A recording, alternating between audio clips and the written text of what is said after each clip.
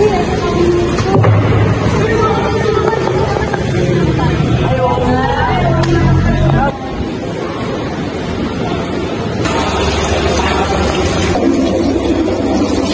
20 seconds tayo magugas ng kamay para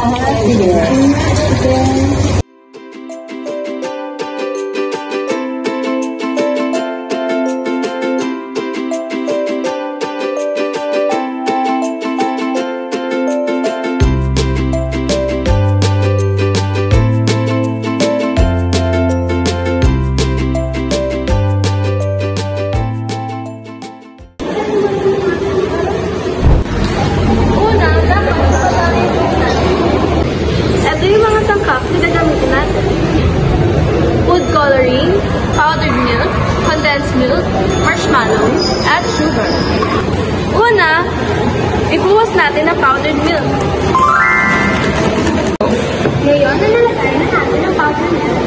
Bago natin i-pour ang condensed milk, maglagay muna tayo ng gloves for safety precautions. Dahan-dahan na muna kasi pag masyadong marami, masisira ang iyong materials. Ngayon, hahaluin natin.